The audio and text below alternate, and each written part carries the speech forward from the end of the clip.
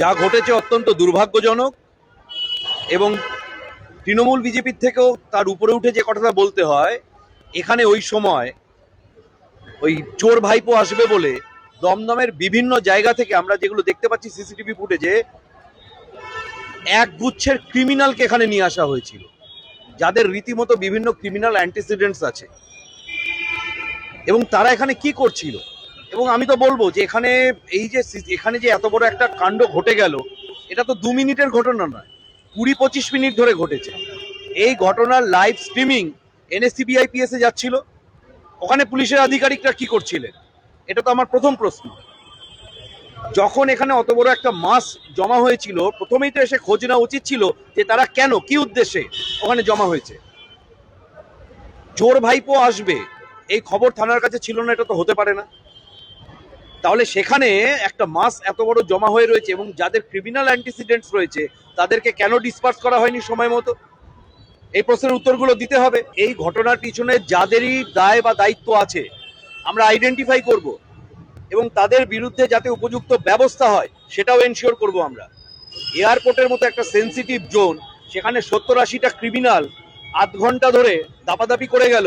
চোর ভাইপো যদি মনে করে থাকে যে এই ধরনের লোকেদের এনে ও হাওয়া গরম করবে, মাথায় রাখতে হবে এখান দিয়ে কিন্তু রেগুলারই পাস করতে হবে, এখান দিয়েই দমদম এয়ারপোর্ট দিয়ে রেগুলার পাস করতে হবে। হবে তো সম্ভব রোজ ক্রিমিনাল এনে এই ধরনের অসভ্যতামি করা? জনতা দেখলেই চোর চোর বলছে, আরে চুরি করেছে চোর শুনতে হবে, আর চোর তো না, ও তো ডাকাত। ও ডাকাতি করেছে, ওর পিসি ডাকাতি করেছে, ফাইল ডাকাতি। কারণ আইন বলে 5 জনের বেশি লোক মিলে যদি কোনো জিনিস ছিনিয়ে আনে তাকে ডাকাতি বলে। ফাইলটা ছিনিয়েছিল যখন 5 জনের বেশি লোক নিয়ে করেছিল, ডাকাতি। যে চুরি করেছে, যে ডাকাতি করেছে, সে চোর ডাকাত শুনবেন, এটা তো হতে পারে না। তার জন্য সাধারণ মানুষের উপর তৃণমূলের এই আশ্রিত দুষ্কৃতীরা, এখনো এই ক্রিমিনালেরা যদি মনে করে থাকে যে তৃণমূল তাদের শেল্টার দেবে, খুব পরিষ্কারভাবে বলে দিচ্ছি 24 ঘন্টার মধ্যে তাদেরকে আইডেন্টিফাই করা হবে এবং অ্যাকশন নেওয়া হবে, এটা কিন্তু খুব পরিষ্কার বলে দিচ্ছি। जिसके बारे में किसी को पता नहीं था, ना आप कभी सुने हैं, ना वो खुद कभी सुना है, ना मैं कभी सुना।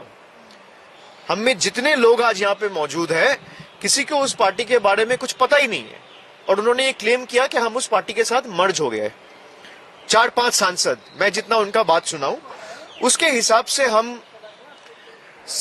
संविधान के 10th शेड्यूल में जो प्रावधान है, मैं उसी प्रावधान के हिसाब से आज अध्यक्ष जी से मिलने आया था, और वहां पे साफ साफ लिखा हुआ है जो डिस्क्वालिफिकेशन या ग्राउंड ऑफ डिफेक्शन है, कि आप अगर यहां पे 10th शेड्यूल में 2A में आप अगर देखेंगे साफ लिखा हुआ है कि मैं वॉलंटरीली अगर पार्टी का मेंबरशिप छोड़ता हूं तो that is one of the grounds for my disqualification from the house.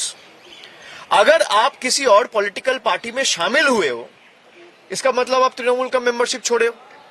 भाई एक साथ तो आप नौकरी करता है पत्रकार का, एक साथ 2 हाउस पे तो नौकरी नहीं कर सकते, कहीं एक जगह करना पड़ेगा। तो अगर मान लीजिए आप एक सिंबल में चुन के आए हैं और फिर 2 साल बाद अचानक आप दावा कर रहे हैं कि मैं इस पॉलिटिकल पार्टी ज्वाइन कर रहा हूं, तो उसी वक्त आपका लोकसभा का सदस्यता पद चला जाना चाहिए। ये पहला ग्राउंड है। दूसरा जो उनका क्लेम है कि हम तो मर्ज किए हैं, 2/3 है, उसके जो प्रावधान है 10th शेड्यूल, यहां पे 4th नंबर जो पॉइंट है, disqualification on ground of defection not to apply in case of merger. यहां पे साफ लिखा हुआ है मर्जर तभी माना जाएगा जब 2/3 of the political party merges into another political party, not just the legislative party. इसका मतलब अगर दल, पार्टी, ममता बनर्जी, पार्टी के जितने भी कमिटी मेंबर्स है उसका 2/3, including the national working committee, the state committee, the frontal committee, पूरा तृणमूल कांग्रेस का जितना भी पदाधिकारी है उनका 2/3 अगर मर्ज करता है एक पॉलिटिकल पार्टी में तो उसको मर्जर कहलाया जाता है। अगर 2/3 एमपीज चला जाता है तो that will again lead for their disqualification.